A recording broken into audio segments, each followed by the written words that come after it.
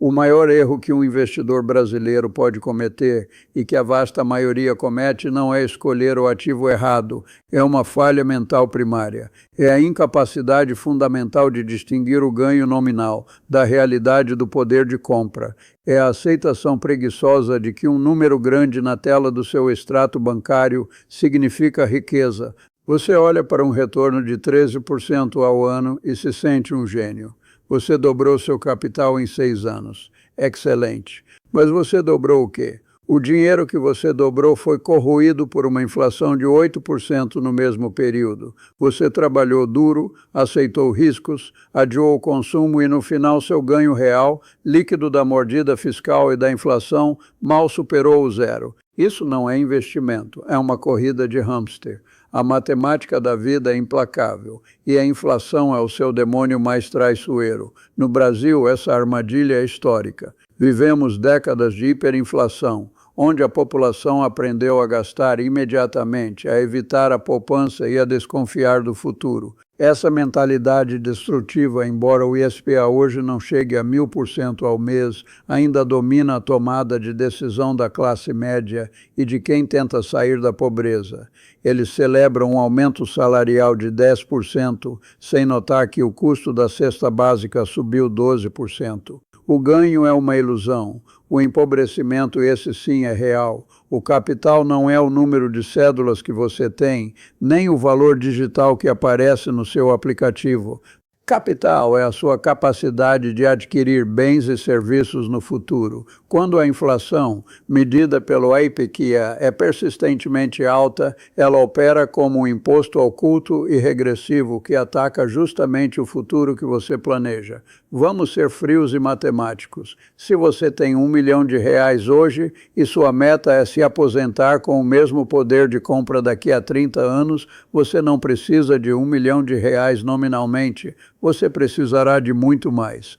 Se considerarmos uma meta de inflação média no Brasil de 4% ao ano, um número otimista, diga-se de passagem, pois a inflação histórica é muito maior, seu R$1 milhão terá que se transformar em aproximadamente 3,24 milhões apenas para manter o 0 a 0.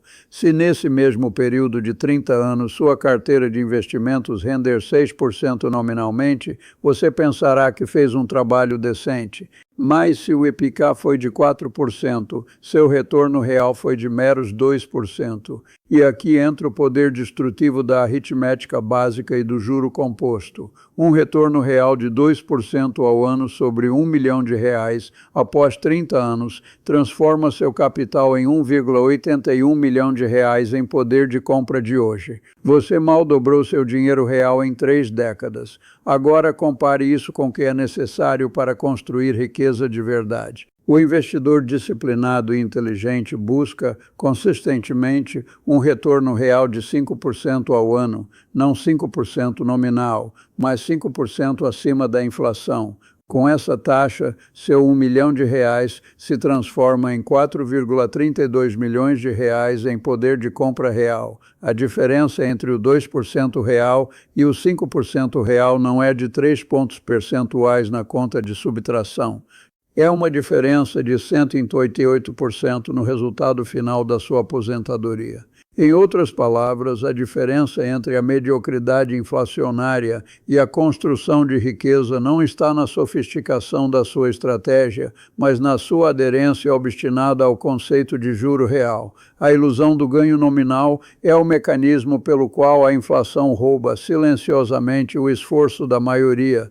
É o governo ou a ineficiência econômica, dizendo, aqui está seu pedaço de papel com um número maior, mas ele compra menos pão, menos escola, menos saúde. Por que essa falha mental é tão persistente? Porque a inflação é um processo lento e gradual, exceto nos períodos de caos monetário. Seu cérebro não é projetado para calcular juros compostos de corrosão. Ele reage ao número imediato. Se você vende um apartamento que comprou por R$ 100.000 por R$ 300.000 10 anos depois, seu cérebro registra 300% de lucro. Ele não exige que você procure o índice de inflação daquele período para descobrir que, na verdade, você apenas empatou ou, pior, perdeu dinheiro real após pagar impostos e corretagem. Essa mentalidade é particularmente destrutiva para quem está tentando subir na escala social no Brasil. A saída da pobreza exige uma acumulação de capital real que possa gerar renda passiva, mas a tentação do consumo imediato, alimentada pelo crédito fácil e pela sensação fugaz de que o salário nominal aumentou, sabota essa acumulação na sua fase mais crítica. O dinheiro que deveria ser investido em ativos produtivos, ações de empresas que geram lucro real, fundos imobiliários com contratos corrigidos pela inflação ou títulos públicos indexados ao IPCA é desviado para passivos que se depreciam rapidamente, comprados com juros nominais altíssimos que esmagam o poder de compra futuro. Inverta a lógica. Em vez de perguntar quanto meu investimento rendeu, pergunte: quanto o meu dinheiro desvalorizou este ano? E quanto o meu investimento rendeu acima disso? O primeiro número é o IPCA. O segundo e único que importa é o juro real. Pense no investidor brasileiro médio que, por medo da volatilidade ou por preferir a liquidez fácil, opta por ativos de baixíssimo risco, como a poupança, ou títulos de renda fixa que pagam um prêmio muito pequeno acima do CDI. Em muitos períodos recentes, o retorno real da poupança foi zero ou negativo. O investidor acreditava estar seguro, mas estava, na verdade, garantindo a corrosão lenta e metódica do seu poder de compra. Ele não perdeu R$ 100.000 de uma vez, ele perdeu R$ 2.000 por ano, todo ano, durante 30 anos, e o impacto cumulativo é devastador. É o roubo dos 90% da sua aposentadoria. A inflação é a grande niveladora de classes, mas de maneira perversa. Ela pune severamente quem guarda dinheiro em moeda corrente e beneficia quem possui ativos que se reajustam automaticamente. O investidor inteligente, o Munger da vida, não se apaixona por ações de crescimento meteórico, ele se apaixona por negócios que possuem poder de precificação. O poder de precificação é o mecanismo de defesa contra a inflação. É a capacidade de uma empresa repassar o aumento dos seus custos para o consumidor sem perder volume de vendas. Quando você investe em uma empresa assim, você está delegando a ela a proteção do seu capital real. O valor intrínseco dessa empresa aumenta junto com o custo de vida. Se você investe em um título de dívida prefixado e a inflação real sobe acima do esperado, você perde. Você fez uma aposta na estabilidade de preços e perdeu. Se você investe em um ativo indexado ao IPCA, você garante que pelo menos o capital principal será preservado em termos reais. O grande problema no Brasil não é a falta de educação financeira complexa, é a falta de adesão a princípios financeiros simples e brutais. O primeiro princípio é: o dinheiro que você está guardando precisa crescer mais rápido do que o custo de vida. Qualquer coisa abaixo disso é perda, independentemente do que o seu extrato bancário nominal diga. A aposentadoria é o horizonte de tempo onde a corrosão inflacionária se manifesta com maior crueldade. Pense em alguém que começou a poupar aos 35 anos e se aposentou aos 65. 30 anos, se ele tivesse um retorno nominal de 8% e a inflação fosse de 7%, seu retorno real seria de 1%. Um retorno de 1% ao ano significa que em 30 anos ele transformou 1 milhão em 1,35 milhão em poder de compra. Seu esforço de décadas resultou em um ganho pífio. Ele foi roubado pela negligência matemática. Se esse mesmo investidor tivesse buscado ativos que gerassem 4% real consistentemente, esse 1 milhão teria se transformado em 3,24 milhões em poder de compra real. Essa é a diferença entre uma velhice confortável e uma velhice de aperto. Essa diferença de quase 2 milhões de reais de poder de compra é o que a ilusão nominal rouba de você. O que acontece quando você ignora a inflação? Você subestima drasticamente a quantidade de dinheiro que precisa poupar. Você projeta o custo de vida futuro usando o custo de vida atual. Isso é tolice. Seu estilo de vida, que custa 10 mil por mês hoje, custará, com uma inflação média de 4%, 32.400 por mês daqui a 30 anos. Se você não planejar a acumulação para gerar essa renda reajustada, você falhou antes de começar.